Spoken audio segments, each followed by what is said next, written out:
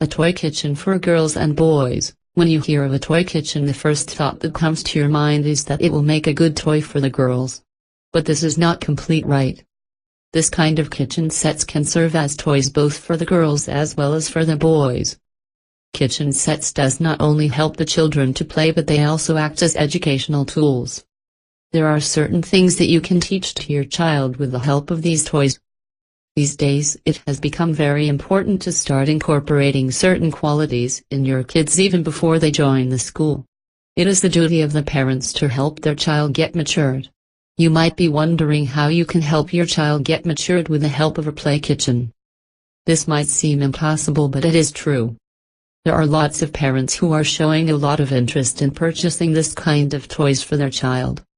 There are lots of toy manufacturing companies who are creating different kinds of kitchens for the kids.